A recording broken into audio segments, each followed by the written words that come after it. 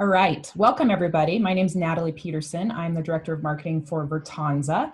Welcome to today's webinar. We are looking at a very timely topic for all of us, and that is training and employing thousands of sales professionals that are going to be needed to fuel a recovering economy.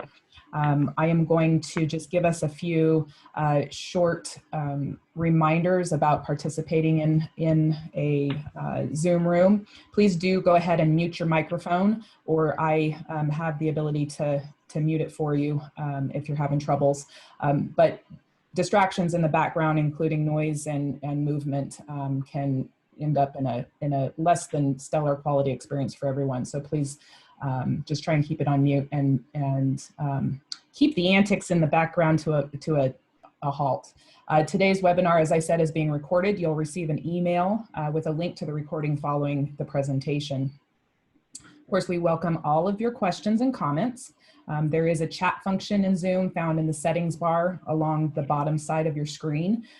We will take questions and comments on a first come, first served basis. If we can't get to everything, we'll plan to send out the final Q&A along with the recording at the close of the webinar. At this point, I will quit screen sharing except for one last serving up of information, and that is that today's job boards have nearly 1 million sales job openings available. That's via our source at Acclaim by Credly. And with that, I am going to stop sharing and turn it over to Debbie Holzkamp, founder and CEO of Virtanza. Debbie, it's all yours. Thank you very much, Natalie, and welcome everyone to this panel. I'm excited that you've joined us. I'm the CEO. Again, I'm Debbie Holzkamp. I'm the CEO and founder of Virtanza. And we work with university partners and employers to help students learn professional sales skills and get prepared for a variety of professional sales roles that has them earning middle income, $60,000 to $150,000 and more. And so today I'm excited to bring to you the university leaders, employer leaders, where you'll have a chance to get to hear about the programs that they're offering, the challenges and the opportunities that they're dealing with, and just how they're very focused on helping learners transition into this new digital economy workforce. So I'd like to take us back for a moment to before COVID, when at that time we had in this economy over a million to a million three open professional sales roles. And all of a sudden we dealt with COVID, a pandemic. It hit, we closed up much of our economies, much of our operations, and yet professional sales and all the roles and all the openings dropped to half, 600,000 open jobs. But still 600,000 open jobs. Now, in this time period, as of today, we're back up to a million open jobs, And really, there's a couple of things about that. In our last recession, business development, selling, serving people, solving problems, accelerating business led the recovery of the recession. Well, the same thing is happening today, but there's a big difference in that the recovery and these jobs, we're not going to operate from brick and mortar. We're going to operate in a remote setting, and we're going to accelerate and build business and lead the recovery in a remote technology-enabled way. So that's going to be one of the themes that we talk about this morning. And to get us started, I'd like for each of the panelists to introduce yourself, introduce your university or your employer, where you're located, what you do, And then I'd like you to answer one question. What is the one thing that keeps you up at night today? So I'm going to just go in order here of the pictures, and I'm going to start with Lesli. Perfect. Thank you, Debbie. So my name is Lesli Beavers. I'm the Director of Workforce and Business Solutions at Clark State Community College in Ohio. If you are somewhat familiar with Ohio, we are kind of directly in between Columbus and Dayton sits right atop Cincinnati. So we serve urban, but also rural areas. We serve a very diverse population of learners and individuals.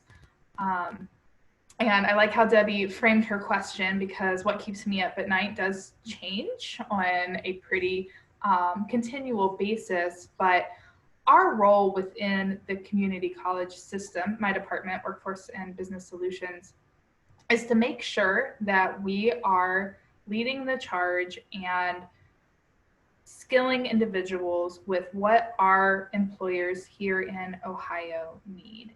And COVID has pushed us faster than ever towards what we in the workforce world call the future of work. And really all that means is what jobs will still be in demand and what jobs will still be needed in the near future, and what new jobs will be created.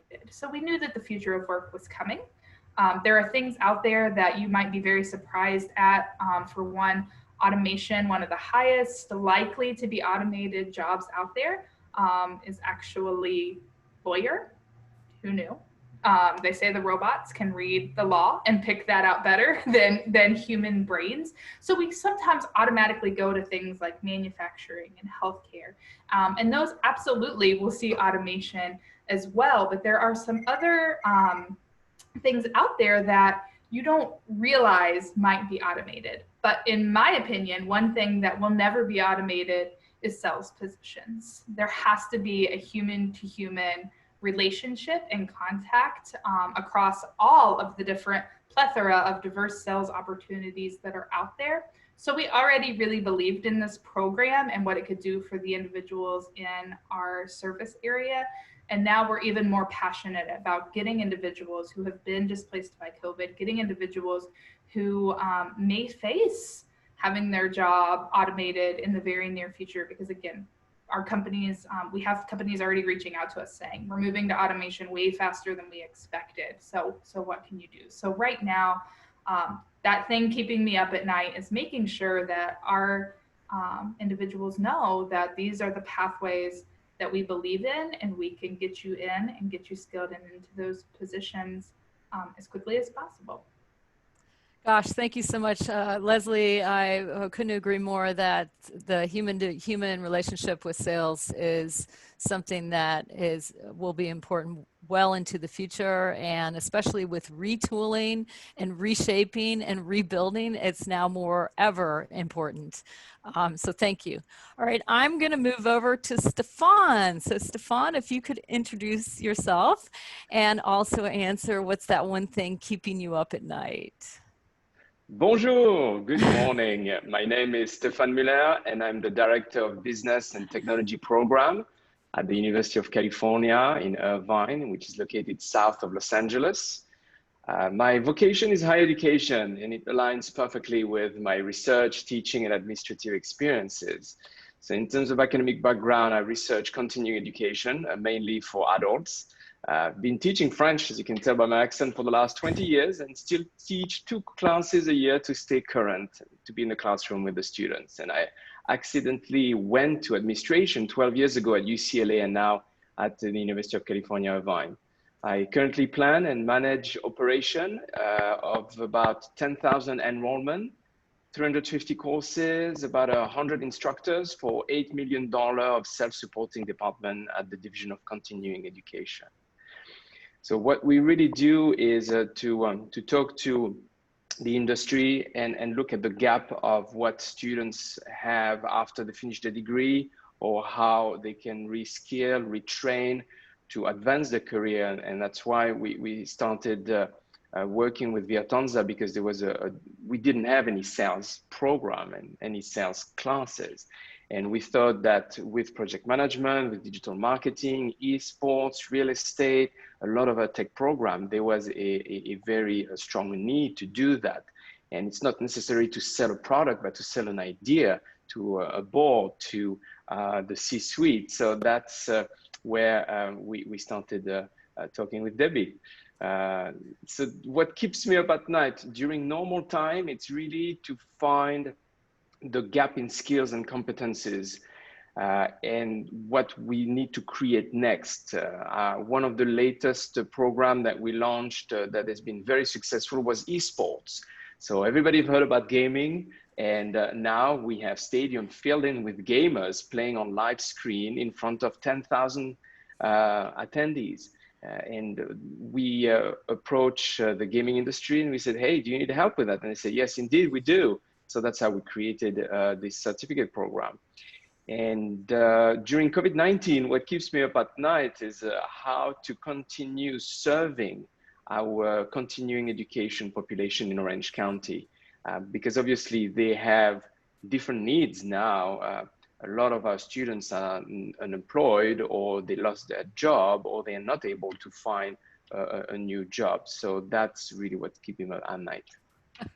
Thank you so much, Stephane. And I know that you're very focused on serving the people who lost their job and who need to transition into, and of course, with all the opportunities in the professional sales world, it's one of the natural course pathways. So I just really appreciate your passion helping students. I'm going to move over to Al. Al, if you could introduce yourself and also talk about the one thing that's keeping you up at night. Hello, everybody. Al Zainea, Director of Academic and Professional Programs for Central Michigan University. Central Michigan University is located about 60 minutes north of Lansing, which is the state capital for Michigan.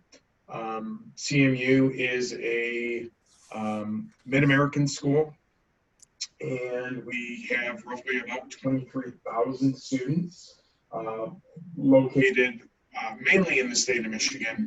We do have centers located around the Metro Detroit area as our major cluster, one in Saginaw, one in Lansing, another in Traverse City and Grand Rapids, and then at military bases all around the United States as well. We were one of the leaders in adult education, starting back 45 years ago in delivering non-traditional programming for credit. And we have moved into the non-credit space and creating non-credit pathways to credit-bearing programs is our next step. We do some non-credit pathways for credit. So, for example, we have students that are working and may have SHRM certification. If they come to CMU, we have road-mapped, curriculum mapped, the non-credit industry recognized SHRM certification into one of our graduate level programs. And so with that being successful, we are looking at continuing to do road mapping at the undergraduate and graduate level for those degree completers in the state of Michigan. One thing that keeps me up at night, along with the colleagues that have already provided all of those things that you've shared already keep me up at night. One thing that makes CMU unique, but also the state of Michigan, is CMU, the students have an affinity for CMU. Out of those 24,000 students, 85% of those students stay in the state of Michigan after they graduate. And so their home is the state of Michigan. One thing that keeps me up at night is we had the major recession that occurred back in 2008, 2009. Even here in the state of Michigan, it started well before that, and it lasted well beyond 2012, 2013. And that is because Michigan is traditionally a manufacturing state. We manufacture things, and mainly in the automobile industry. And there are plenty of jobs that are available, but when we start contracting in the state, that's when jobs start dwindling. We are hopefully looking at creating pathways, not just for those manufacturing areas, using coursework in like artificial intelligence and professional sales and all those other areas. One thing that will never go away, and which CMU takes pride in, is really the networking opportunities for those students that graduate, and also the social interaction that takes place, not only in the classroom, but also outside the classroom. And so over my 30 years being here at CMU, one thing that always that resonates with me is the level of rigor, relevance, and excellence that our CMU programs have, and what the affinity is for CMU for our graduates at any level, undergraduate, graduate, doctoral, that they have with CMU. And CMU wants to be that provider after graduation. So we're excited being a partner, relatively new partner with Virtanza at providing professional sales training. We are working with our Michigan Association of State Universities in the area of experiential education. The course has Michigan Works approval. We are slowly building synergy in the area of sales, and specifically in the area of non-credit, and creating a new non-credit pathway toward credit-bearing opportunities. So we're excited about that.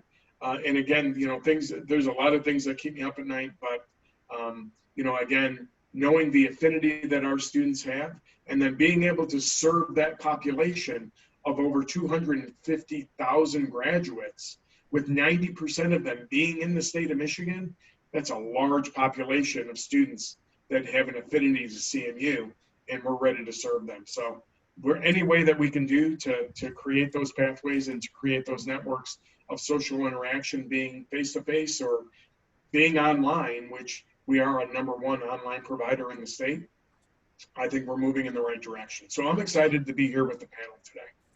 Al, thank you so much for all that. I think you point out one really important ingredient in all of this, and that is networking. And I think we need to remind all of ourselves and everybody else that the adult learner population may not understand how to network. And if we can help them network into the paths and into jobs, and really cover that, that could even be a topic for the next session.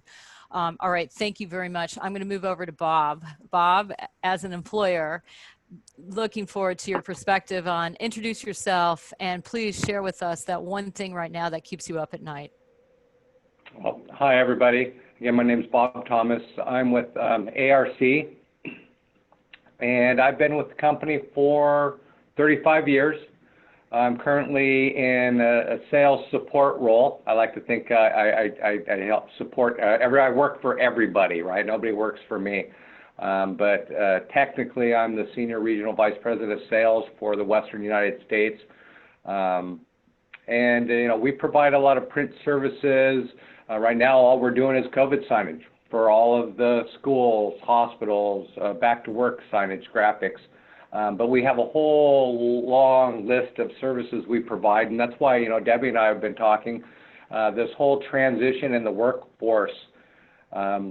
We were talking about it before COVID, right? And all of a sudden COVID's here, yep. And now it has accelerated, like it's here, it's right here.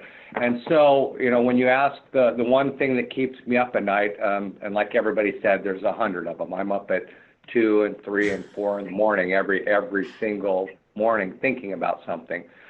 But the one that I need to focus on the most is how do I transition my current workforce into being remote workforce, right? They're so entrenched in a workflow or a method they used to go about their madness, but that's all been completely disrupted. And how do we provide tools and training to help them continue to be successful in the post-COVID era? And like we see, people won't be going back to the office, or when they do, it'll be limited or short in capacity. Hallelujah for Southern California, because our freeways are available now.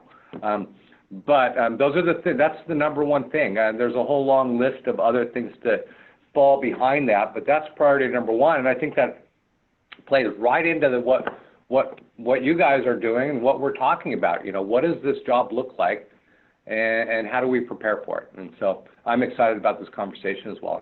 I think I answered your questions. I think I stuck at 3 minutes. Thank you very much. Okay, let's get into the next question. And I'm going to actually have you start, Bob, with the next question. So let's think about it in this framework. We're talking about employers and working with colleges and workforce development, right? We're all three together here in this partnership. Workforce being somebody that's, you know, not in the equation, but part of our ecosystem. Partnerships between employers and higher education are long-standing. And there is a new urgency now, right, to help train and place students and adult learners in the jobs of now the future. You just described it, Bob. You described the jobs of the future. You're talking about remote work and technology, right? So why don't you talk about, from your perspective as an employer, you're recruiting for future positions. You're recruiting for positions. And what innovations are you now seeing in the colleges that help you recruit for your future positions? What innovations are you seeing and what's working? While keeping the cost of hire low, by the way, the cost of hire. Right. So there's a lot there. You know, when I look at recruiting now, you know, we're definitely looking for, and again, it's hard to describe, but I like to say I look for a type A personality, self-starter, self-motivated, self-manageable, right? Because especially when we get into a remote environment and home officing, I don't have a bullpen of reps right outside where they can come to me or I can go to them, and we're interacting in a face-to-face environment. And so when you remove that, it does open the door for a lot of flexibility, right? You become your own business owner in a sense. And so you survive or fail based on your work ethic, right? And in sales, the sale doesn't happen unless a call has been made, right? And if you want to, I tell everybody the worst salesperson in the world can make more money than anybody. All they have to do is make more calls than anybody, right? It can be that simple. It is so when I look at that, I look for that in the person themselves. And then we have to layer on, okay, what skill sets do they have? And the post-COVID, you're going to have to be very proficient with video conferencing, right? I can share an example about 4 years ago where I was tasked with building a new technology sales team within our organization to focus on a specific technology product. So all the sales managers throughout the company gave me 2 or 3 reps, and I built a team of about 40 people on it. And so my first step was to assess their ability.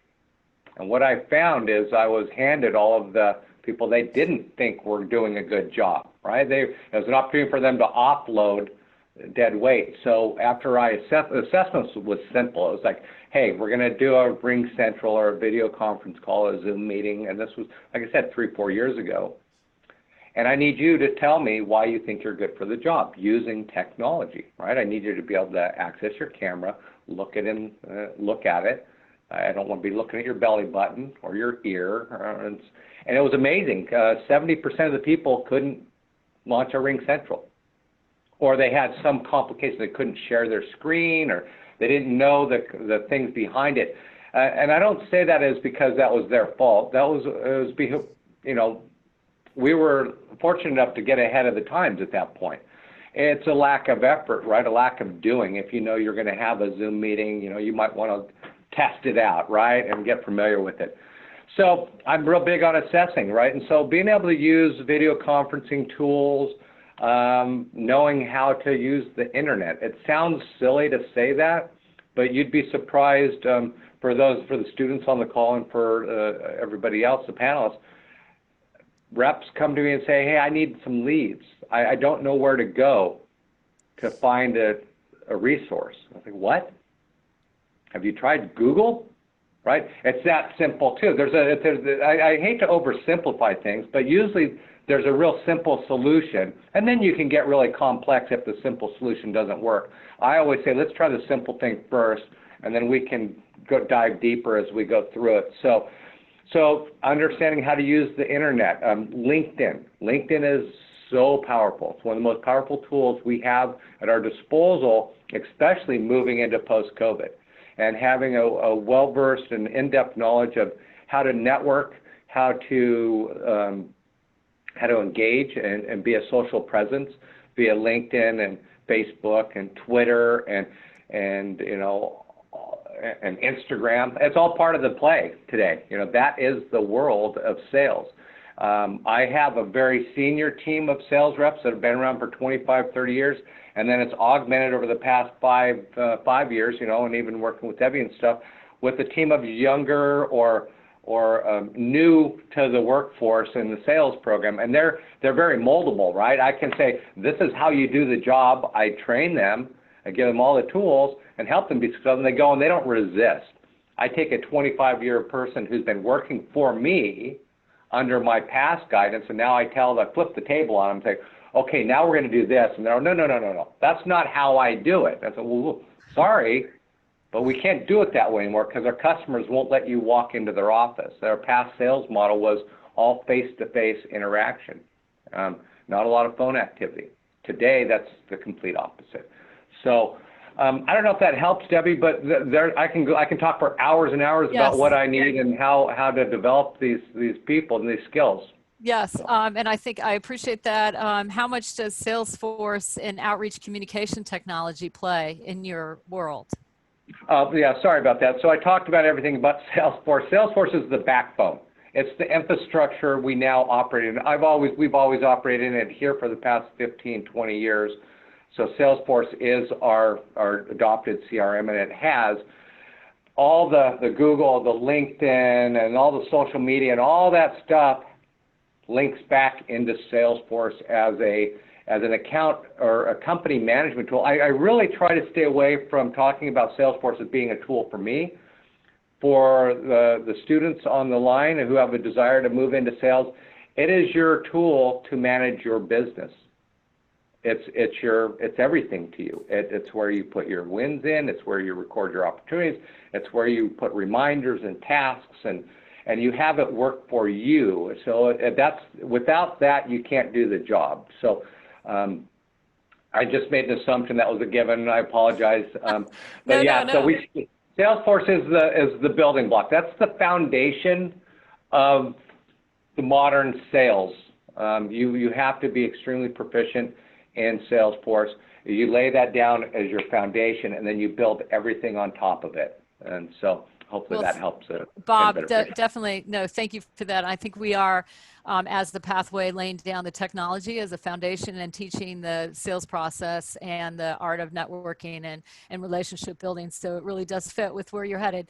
I'm going to move into over to Al. Al, from a university's perspective, you have programs that you're offering your students. Talk about the programs that are working and the in-demand career pathway that you're achieving. There are multiple programs that we offer at Central Michigan University that are mainly degree completion programs. We are seeing a growth in adult students coming back and needing their ticket to move to either their next position, to stay within their company, or because they've been displaced, they're coming back to fulfill a need. So programs that we're seeing a resurgence are programs in relationship to the College of Business, so mainly business-related programming that are industry-specific or industry-recognized certifications. Sales being one of those recognized certifications. Others that are more common are SHRM, project management, CAPM, PMO. We are moving into areas which are new to CMU in artificial intelligence, cybersecurity, more on the technological side of things. but sales plays a huge role in all of those industries when you think about it. Yep. And so, and I want to go back and I want to compliment Bob, because I work closely with employers and have worked on committees with Quicken Loans, and they're saying the same thing about individuals graduating from college, and even adults that have graduated. There's a basic set of skills that they need to have, and the sales course provides those basic skill sets, and they're good reminders. I mean, even today I was doing a performance review on one of my employees, and I complimented the employee on the ability to network, the ability to communicate, the ability to do all of these certain things prior to the stay at home and work from home, but also the technology piece of still staying socially engaged and active, and being at home and still doing all of the different type of work that she needed to do with interacting with students using our CRM. Our CRM is more in the area of Talisma, SAP, but still the outcomes are pretty close to the same of gathering information to make data, gathering information to make informed decisions is ultimately what that is. And so regardless of what you do, it doesn't matter if you're at home or if you're at work, creating degree programs and creating programs that are in need, that are relevant, and that are connecting the solutions to what employers are looking for is what CMU has done and what CMU is doing in the future. Thank you for that, Al. I know you mentioned career pathways like cybersecurity, and also I'm going to add to that cloud computing and anything tech related. You know, as we're creating out these career pathways, we're involved in creating tech sales boot camp that are virtual, that teaches you the product up front and then teaches you how to use the product through a sales process so that you can build the business and network. So I think some of the sales tech boot camp pathways are starting to resurrect and grow even faster into the future. And you said cybersecurity. I would say that a sales tech related cybersecurity program is forthcoming. So thank you for that. Yeah, Stephane is smiling because he knows I'm probably going to have that conversation with him. But so Stephane, tell us what innovation career pathway programs are working for you to help get students into the in-demand jobs. Absolutely. So first of all, in the continuing education space, we don't do degrees, we do professional certificate programs that are usually about 120 hours, and they are made of about 3 to 4 courses because we realize that the sweet spot is a training of 6 months top. This is what our current students need, because let's say if you're unemployed, you need to get back to work ASAP, and you may not have the opportunity to wait a year or 2 years to do an MBA, for example.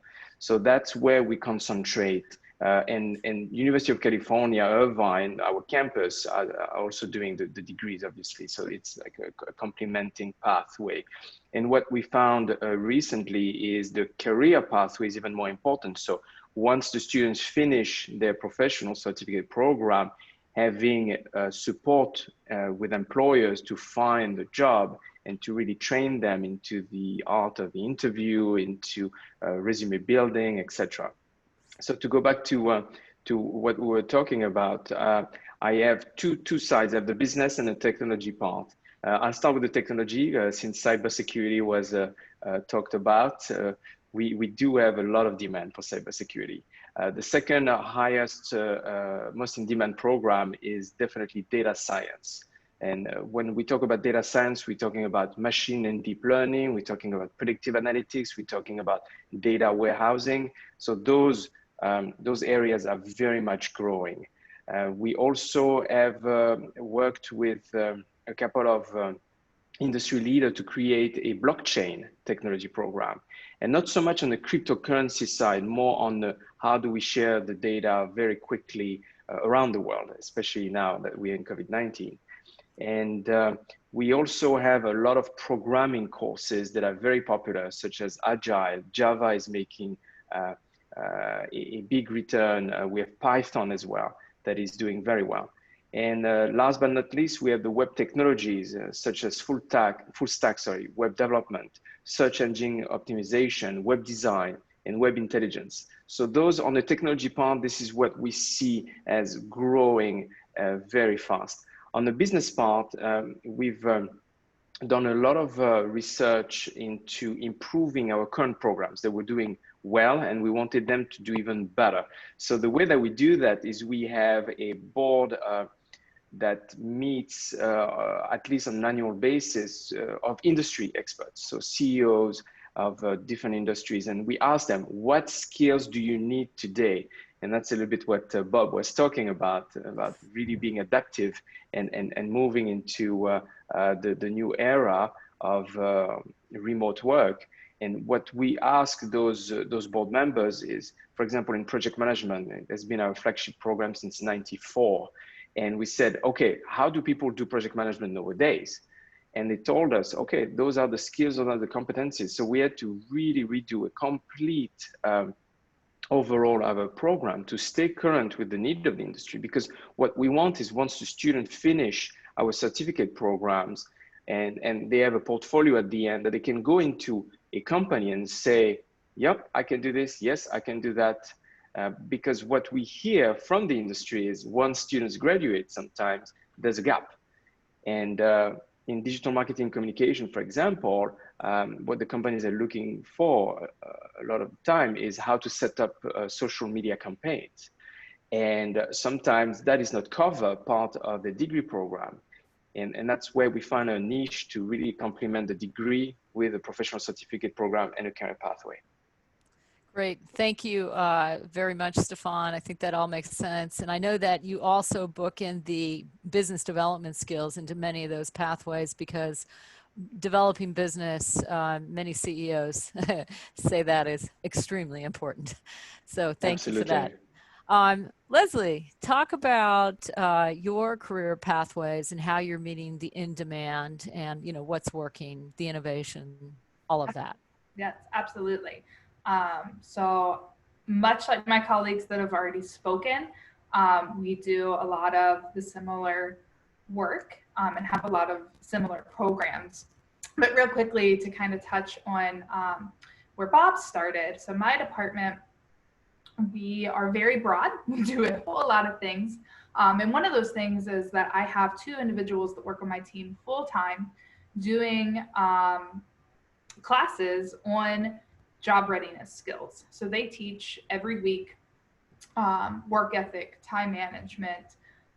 They do mock interviewing, all of those soft skills that we know our students need. And then my other, that's one employee, the other, she teaches computer literacy. So all week long, she runs classes on basic computer literacy, using the internet, all those things that Bob kind of touched on. Then we go into short-term training. So much like Stephane was talking about, we have a plethora of programs that run anywhere from our shortest program is 2 weeks up to about that 6-month time frame for individuals to get upskilled, get those industry recognized credentials and start working. We also, in kind of that same bucket, offer a lot of professional development. So individuals that are working, but we have a professional supervisor certification that we have ran for many, many years. And a lot of our local companies send every new supervisor through that certification. Then on a college level, we look a lot at what we call lifelong continuous learning. So it's no longer you come to school for 2 years, 4 years, whatever that looks like, and you go to your job. You now need a certificate, you work, you come back for that next certificate to get your next promotion, and it bounces back and forth like that. So I'll do 2 examples of programs that we have here at Clark State like that. One is our manufacturing program. So we actually now offer, we're the only community college in Ohio right now to offer a bachelor's degree in manufacturing. But that pathway starts with my department with a non-credit short-term CNC training that individuals can take, go directly to work for our employee partners, or they can make the decision to articulate that for credit using an industry recognized credential, much like Al's program, then they can get credit for that and move on to another manufacturing program if they want, or they can do both at the same time. Then our manufacturing 2-year degree is made up of 8 stackable certificates. So they can come in and get a certificate just in CAD, just in drafting, just in welding, just in maintenance, whatever they need. Or they can stack those certificates, and 2 of those will lead to a 2-year degree. And then that leads into our 4-year bachelor's degree in manufacturing technology management. We have a similar pathway in web development and design. So that's our second bachelor's degree that we are now offering here at Clark State Community College. And same type of pathway, they can grow and go into eventually that 4-year. And that web development and design, they come out with both the back-end coding skills and the front-end graphic design. And again, like everything we've talked about, sales and business development can play a role in all of those positions and all of those pathways. We also, because we are a non-credit department, we are the department that is able to innovate and create quickly. So a really great example of that is our new contact tracing program. So we were one of the very first in the nation to roll out a contact tracer training. And we actually, from the time that was an idea to enrollment to deployment, was 4 weeks. So in 4 weeks, we completely built a new program. It was vetted by our health departments, and we had 75 people in that first class that were signed up to take that class. So, you know, that's, we laughed. Debbie knew I ran from a TV interview to this today because I was being interviewed about the contact tracer training program.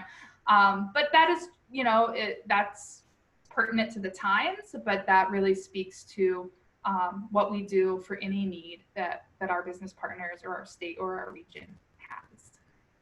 Thank you for that, Leslie. And I think, boy, you speak well about time and speed and effort to meet the demands of employers. So with Bob being on the line and, you know, talking about his demands, purely we have, you know, an opportunity to upskill or skill adult learners of all, you know, stages, the sales in the technology environment.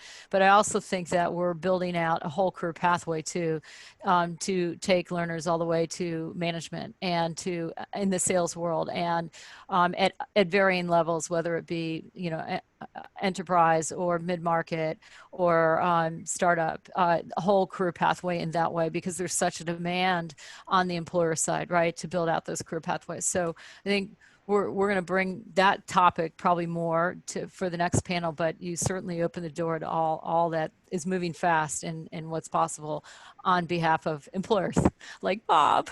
So, all right.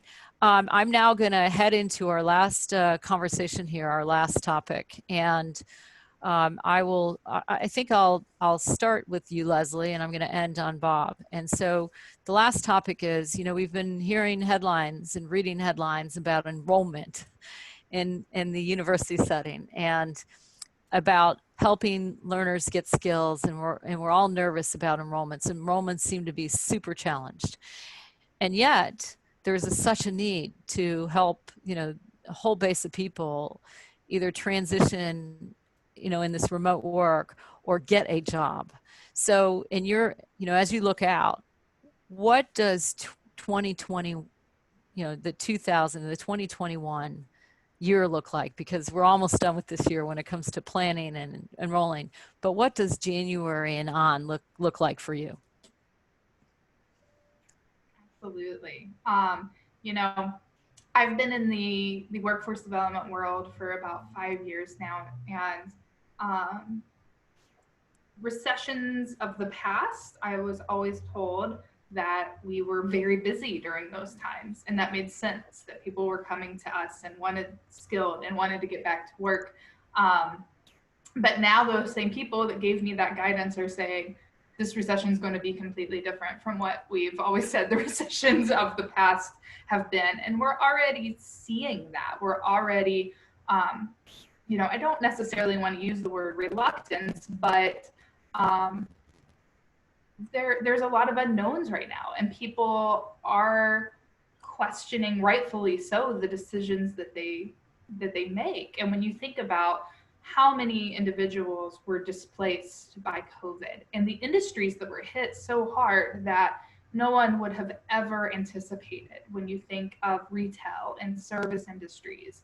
And, you know, even some of our manufacturers had furloughs and some of our skilled trades. And so I think that, you know, people are going to think about that moving forward. If I put money and time and invest in a training, will it be a job that will sustain me should we come back into a period of remote work? So, and then there's also the questions of, can I go to school right now? Are my kids going to go to school? Do I have time to also go to school? You know, we're kind of waiting here in Ohio. Our school districts are slowly, some have put out their plans, some haven't. But we know that people are holding back from signing up for classes and enrolling because they don't know what their personal schedule in fall is going to look like. So we just want to be as accessible as possible. We want to be as flexible as possible.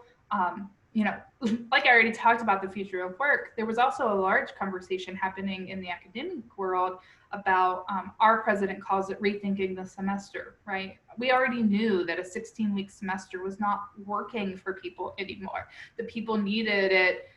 You know, if they, another analogy she loves is that if you went to buy a car and they told you come back in 4 weeks when the car sale date starts, would you come back and buy the car? No, you want the car today. And education is the same way. If somebody is ready to invest and ready to get that training, they want to do it today. So we're doing a lot of work around how we can repackage everything that we do to make it as easy and as accessible for individuals. I love that. I love that. And Al, when we get to you, I want you to talk about a little bit how you made it ready for some individuals, no matter what, with collaboration with Northwood. I think that would be important.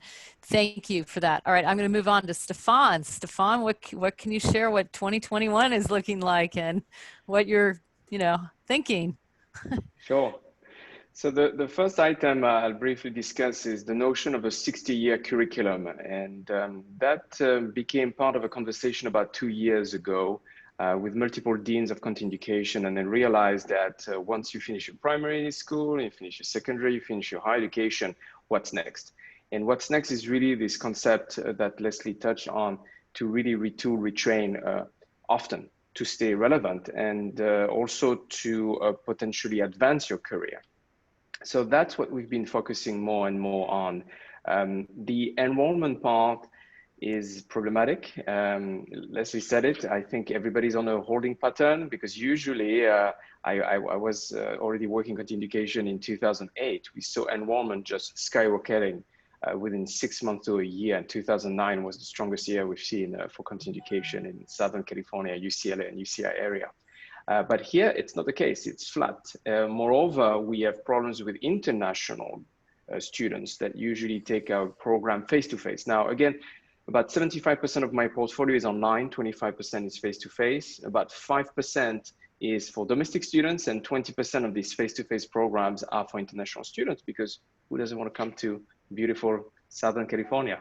And this is where our main challenge is right now, is how do we attract and retain those students who wanted to come but cannot come due to restriction on, for example, visa, immigration, and other reasons, simply because they may no longer have the funds necessary to come to study here.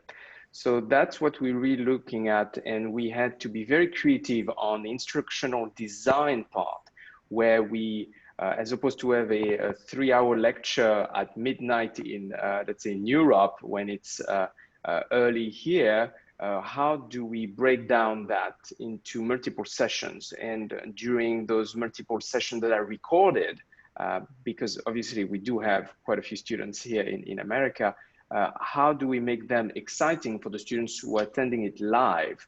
And it's really about small chunk of knowledge, about 5 to 10 minutes activities, followed by another breakout room, for example, which we do a lot with Virtanza, which I think is really the way to teach, to retain attention. Really, the active learning component is very important to the new learner.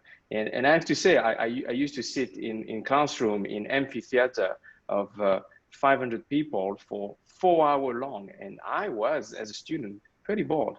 When we do now design classes, we really break them down. Sometimes, especially online, let's say if it's a 5-minute video, which is the maximum that we usually do, every minute we have a little quiz. Oh, and what did you think about that? It's an in-video quiz to retain the attention of the student. So that's what I'm seeing in 2021, developing more and more. And also the speed to market that was discussed by Lesli, and also the shortness. We used to have programs that were a year long, and now we know that if it's more than 6 months, we're not going to attract students because they want it right away, and they want it straight to the point, intense, short and sweet. And as such, we work still on the quarter system. So it's a little bit shorter than the semester. From 16, we go to 12 week. And during those 12 weeks, what we do is we do 6-week long class. Most of our classes are like that, to really give the opportunity to students to take 2 classes per quarter, so that really in 2 quarters, they can do 4 classes, which is a professional certificate program. Stephane, thank you for all of that. I think you gave us a lot of the building blocks for the future of 2021, and it's exciting. So thank you. Al, I'm going to move over to you. And if you can move into maybe a minute of response, and we're getting toward, I want to leave 5 minutes for Sure. the people on the phone, but I also want to give Bob, the last minute before we wrap up. Okay, so Al. I'll be brief and quick. Our president put together committees to reimagine CMU in 2030. What would we look like? Those committees were meeting, COVID hit. Our committee continued to meet, which was the Lifelong Learning Committee.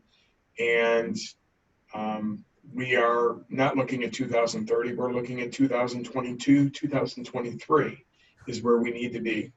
And with that, things that we are looking at doing is being more nimble. We've always had the learning management system at being really well at delivering online instruction. We're going to continue doing that. We're going to continue to look at pathways, and we are going to continue to create sustainable, scalable programming. And what that means is, if we are to partner with other universities to deliver content and to deliver experiences, CMU will do that. We've worked with Northwood University at bringing both Northwood students and CMU students. They're in similar Blackboard shells, but they're meeting together during the lecture portion of the Virtanza experience together.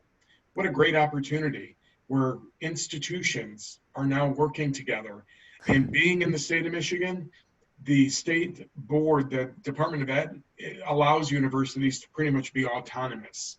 So they kind of do their own thing. And for a private university to work with a public institution, I think we're going to be seeing more of that. And I congratulate Debbie and others on being on the forefront to do that. So we're going to continue to work with other universities and partner with them as we move down this path. Thank you so much, Al. And it's really to serve the students and to help them get in that career. So it's whatever it's going to take. And I can't thank you enough for being, breaking the bounds and going that extra mile always. So thank you, Al. All right, Bob, what does your 2021 look like, and what can you tell us from an employer standpoint? You're on mute. Oh, sorry. There you go. Okay, so all right. So the one thing for certain is 2021 is unpredictable, right? So we need to prepare for all scenarios, and the only way I can communicate that we do that from a sales perspective or from a rep perspective is training, training, training, training, right? Everything we talked about, the foundational skill sets that are required for being successful in sales will be all the more important in 2001 because it's, in our industry, we're in the, I'd say, we're a company in transition. So we have one foot in construction, another foot into the future, which is color graphics technology, cloud data management, and all that good stuff, right? So we've got a pathway to the future. but getting from here to there is challenging because we have a huge, $300 million in sales in the AEC sector.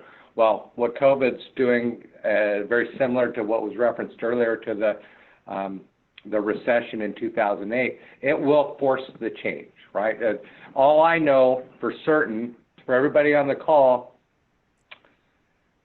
because of all the uncertainty, all you can do is embrace change, right? Any effort or energy you put towards resisting change just takes you that much longer to make the transition. So instead of resisting, keep a very open mind, take whatever energy you were going to put to resisting, put that towards the change, boy, and you leapfrog down there and you're in the game right away.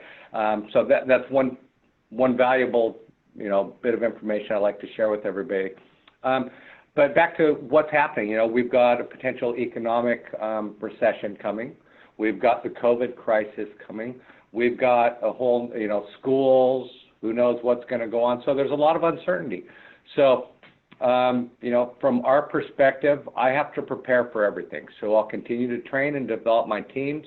We're focused on, for 2020, 2021 to 2022, the home office selling.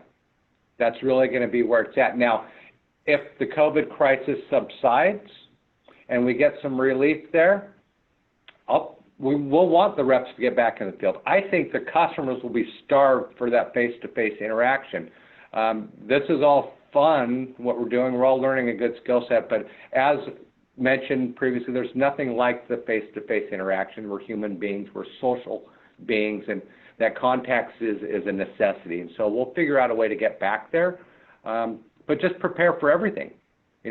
Be well-rounded, be very good on the phones, be very good in crafting an email, understand social media, use Salesforce to your advantage, and also understand how to map out your day correctly. Treat every day as if you're running your own business and you're a CEO, and how am I going to make money today, right? And if you operate under that, you'll have clear paths because you'll understand what your goal is. And as a sales rep, your goal is always to make money.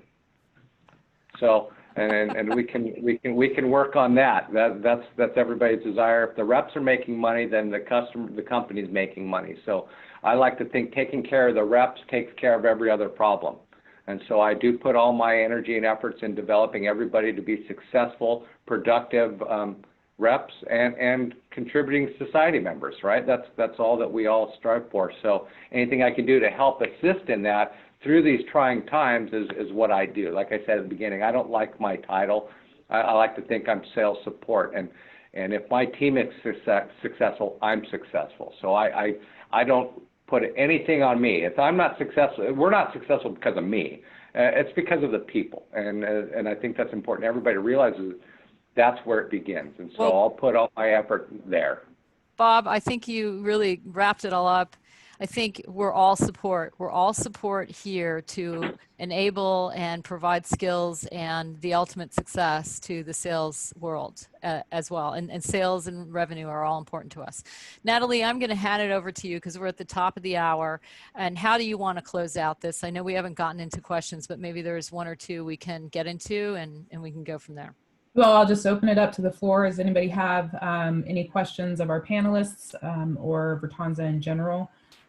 If not, we can wrap. I know everybody's got, Al needs to break at exactly 1 and be on his way for another meeting. I'm sure everybody else has things to do. So any questions from the floor?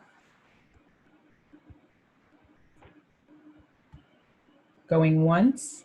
Well, going I twice? would like to thank everybody for being so generous with their time and sharing so openly. Very much appreciated.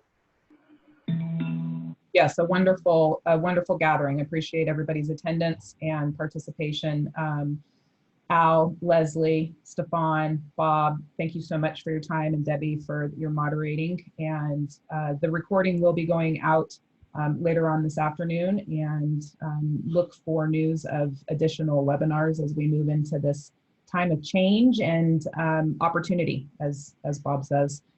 If we're gonna get in front of this, and we're gonna make a lot of it. So thank you all for the team effort, and I'm thrilled to be collaborating with all of you into our future. So thank you.